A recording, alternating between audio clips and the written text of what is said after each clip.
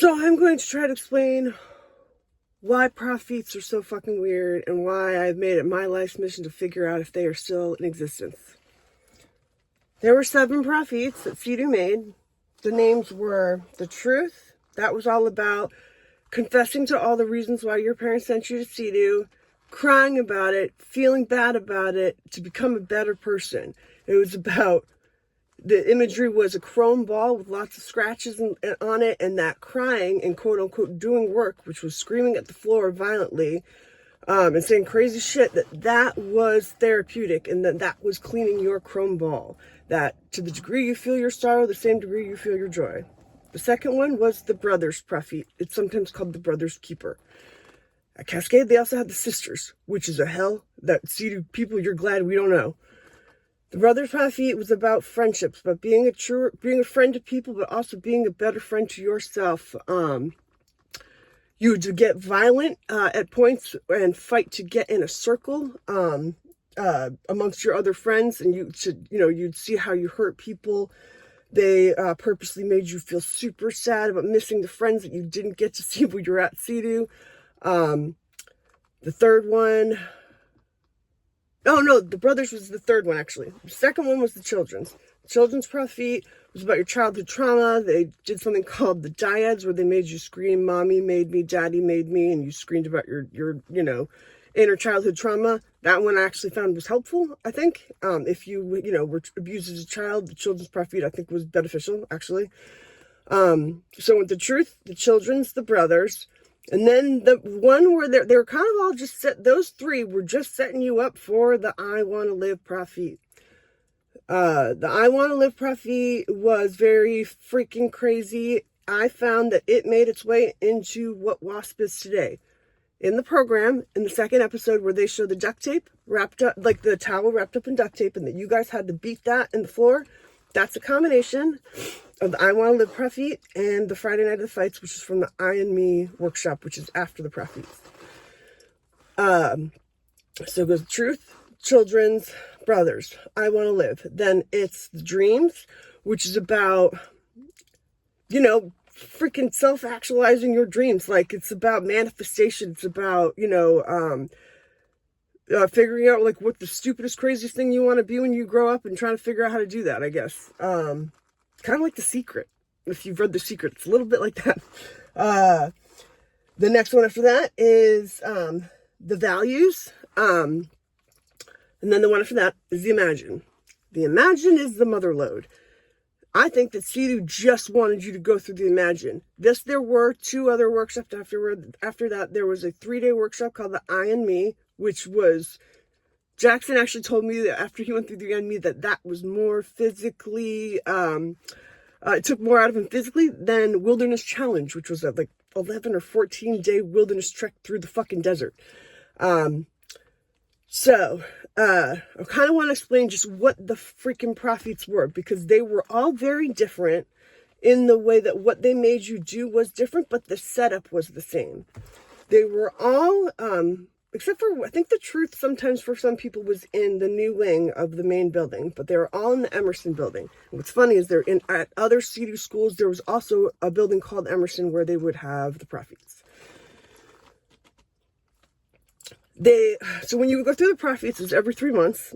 It was a sacred fucking ritual. You were only allowed to talk about the Prophet if you were an older student.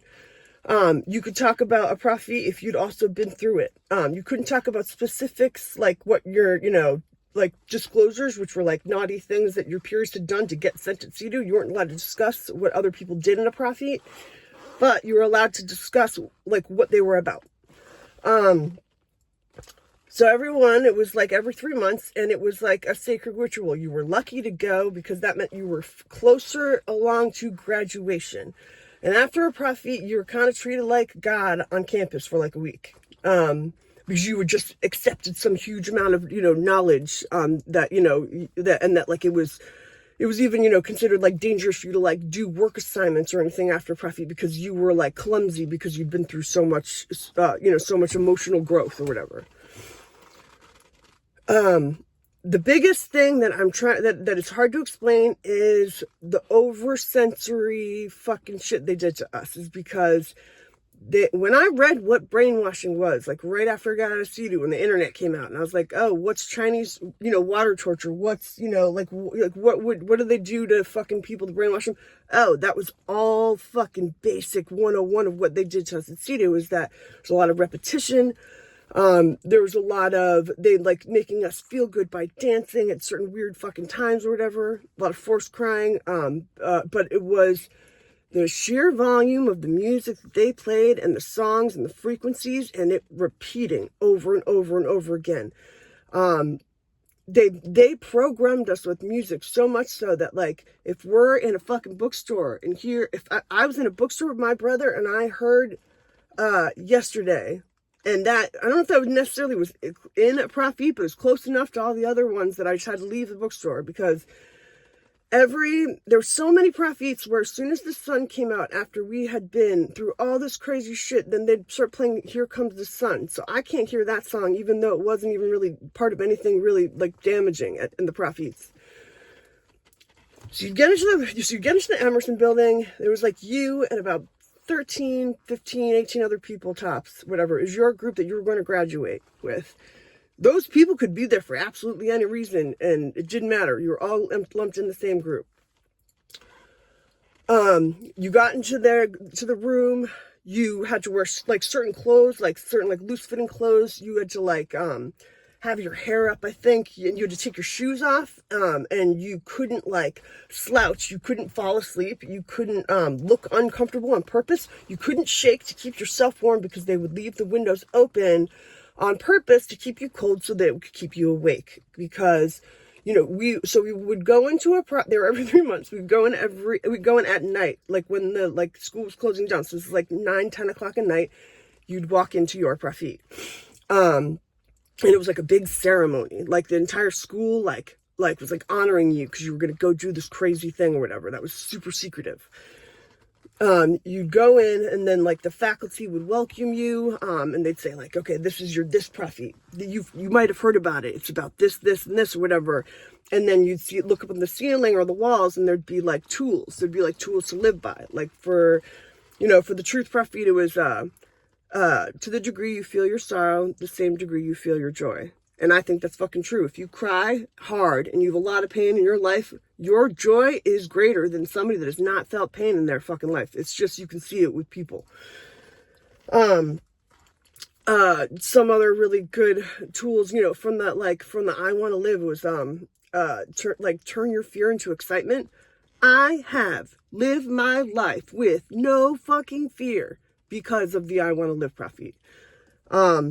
I'm not afraid. The only thing I'm afraid of is fucking spiders. And that's it. And I actually get off looking at spiders because because it's exciting.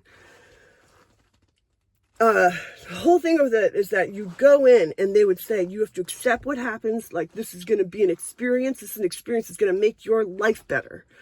And they would fucking make you cry. Like, they would make you list all the horrible things you've done. They would make you feel like, they'd like ask you to feel feelings. Like, think about the time that you felt the most lost in your life and hold on to it and cry about it for hours. And then, they would like, you go to sleep for a while and have like, a tiny morsel of food. And then they'd make you do something crazier. And all this was happening while like music was playing. So like it'd start with like, really annoying, like John Denver shit, Beatles songs, John Lennon songs, Neil Diamond, fucking, really just like bad music, but they'd play it over and over and over again. And when I read the scripts for these Prophets, it specifically said, make sure you play these songs over and over again until these kids, when they're adults, when they hear Cat Stevens, they're gonna fucking think of this fucking moment, always. And that was the point. That when we'd hear There's a Place for Us, like Barbra Streisand singing it, that we would be right back in Emerson when we were 14, 15, 16 years old with our fucking peer group crying our eyes out. That was on purpose. We would have to do these things that you might have even heard about in like training exercises for like your job. Like like trust falls. Like, you know what a trust fall is? Like that kind of a thing, but much crazier. I have heard from a CEDU alumni that graduated before I did that he was in a men's like workshop, like retreat, and they did the lifeboat. The lifeboat was something that has made its way through the entire troubled teen industry. It is very harmful. And but the way he told me it was kind of positive. They used it in a positive way. The lifeboat was where you were forced to say you live or you die to everybody in your group that you were with. You can only choose, I think, 3 people to live. But we at CEDU only had to do that shit one time. When I started to interview people from the other schools, they had to do the lifeboat every fucking time that they went through their, it was called, seminars when it got to WASP. But when they went through a seminar, they would basically have to do the pounding of the pillows from the I Want to Live plus the Friday Night of the Fights from the I and Me. That combined for an unknown amount of hours with hundreds of kids. They had to do that every fucking month.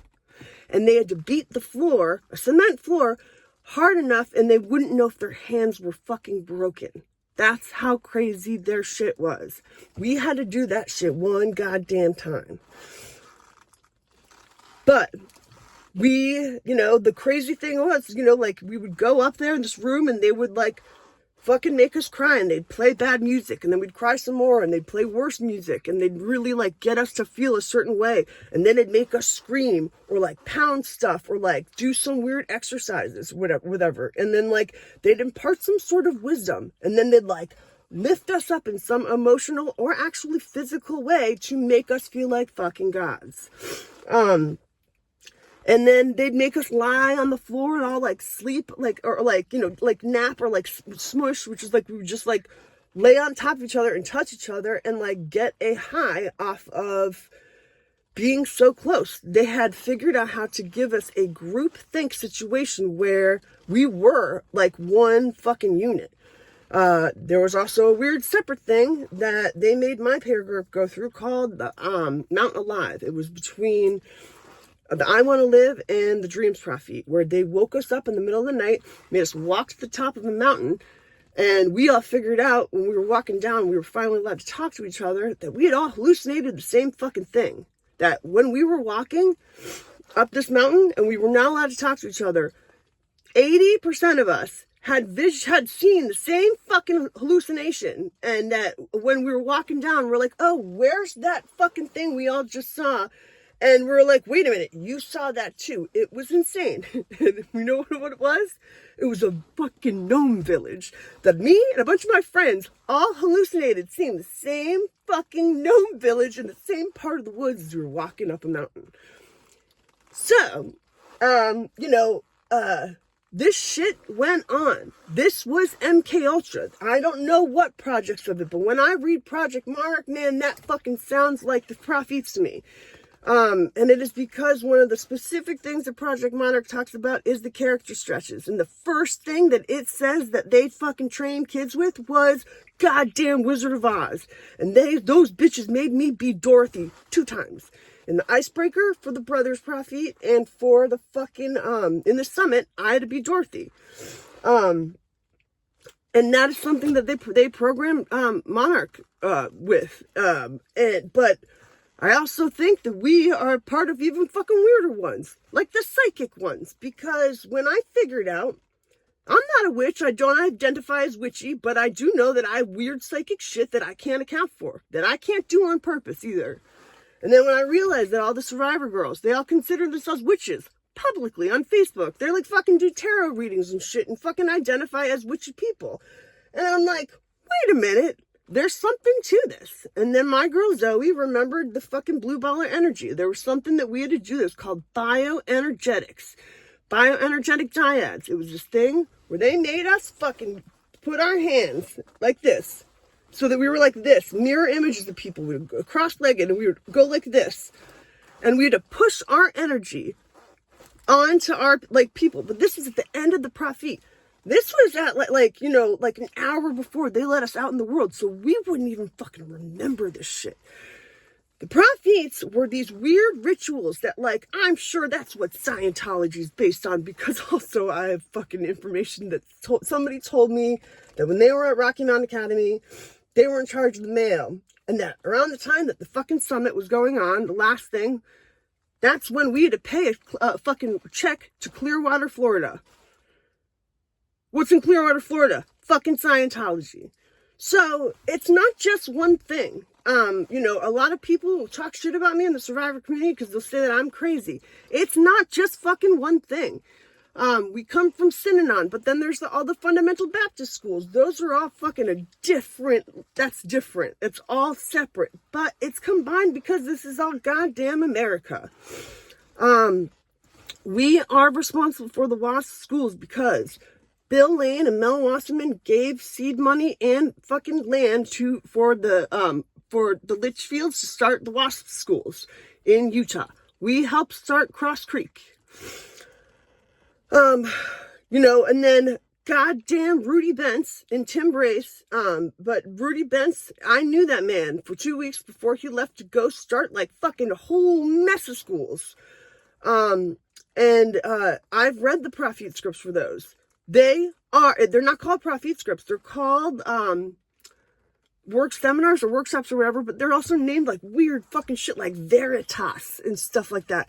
But when I read it, they combined like two prophets and put in one thing and put Tim Brace's name on it, and it's Rudy Bentz's the headmaster, and they would talk at these schools about CEDU like it was like this scary, like an amazing thing. Like they would only hire, like there's so many CEDU fucking inspired schools or like CEDU based schools in the troubled teen industry after CEDU closed that like would talk about CEDU like it was a bad thing, but we're doing something better, but it had goodness in it, And that's hard to even explain to other kids because when this shit got to fucking Tranquility Bay, when this fucking emotional growth shit got to other fucking schools, it was just fucking, it's shit that made people fucking have multiple personality disorders.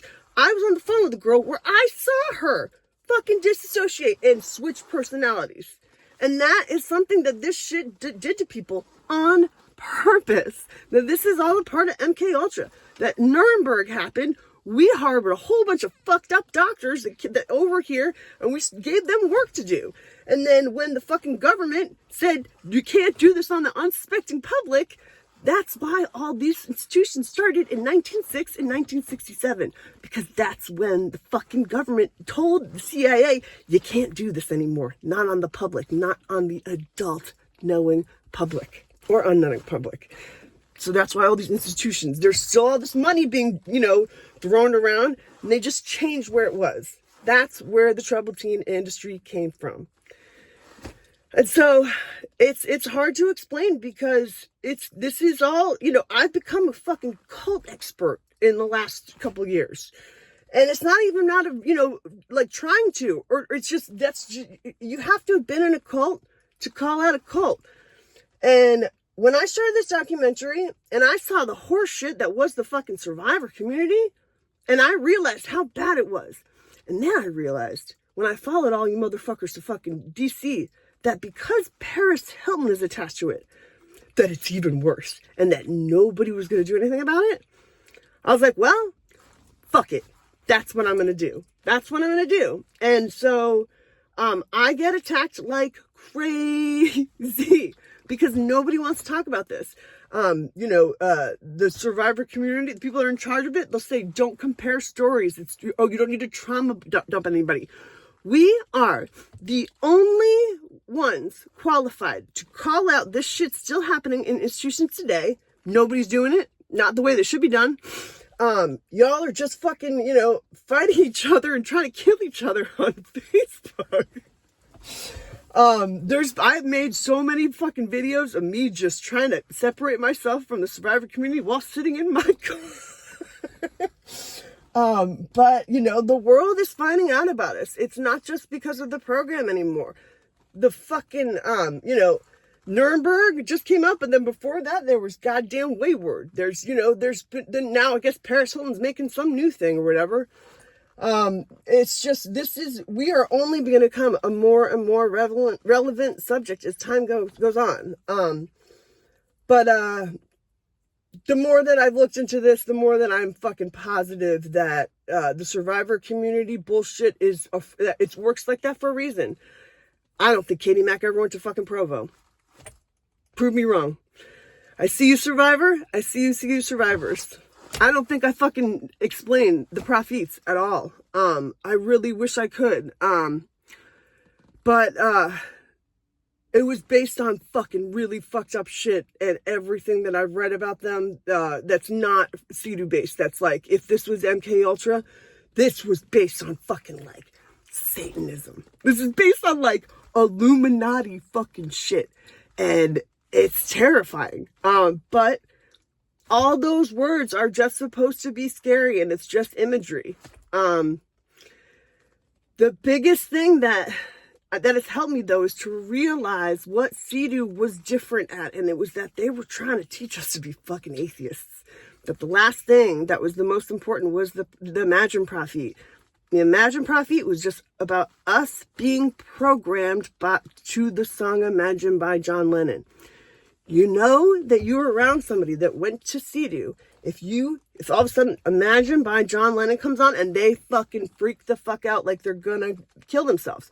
Because that's what that song does to us. If we are not prepared and we just hear that song, that's the Red Queen, like it is in the Manchurian Candidate. That's here in fucking Ludwig van for fucking Clockwork Orange. That's our trigger. Imagine by John Lennon, that is our trigger. They wanted us to remember CEDU at the most, but think about the lyrics. Imagine there's no heaven. There's nothing to kill or die for.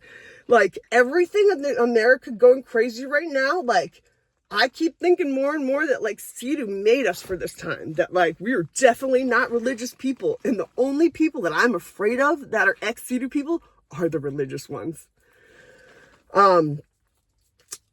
We're a little fucking psychic, you guys, and there's a reason for it, and I don't know what the goddamn reason is, but the fact that I've called fucking so many people from CEDU in my head psychically, thought about them, and they'll text me immediately. That's not goddamn normal.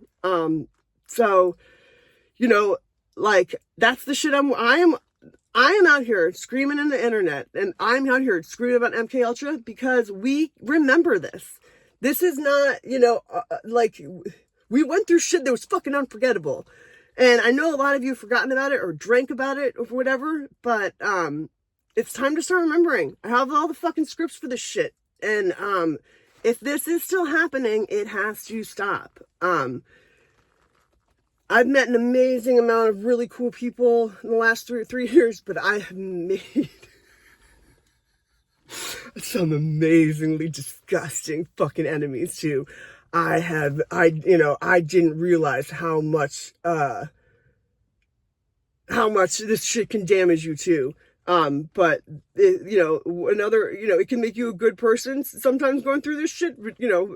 Me and my friends I think are good people, but it can make fucking awful, awful, awful people too. We have to remember that sometimes some of the kids that got sent away, they were the someday fucking psychopaths, and sociopaths and narcissists of the world.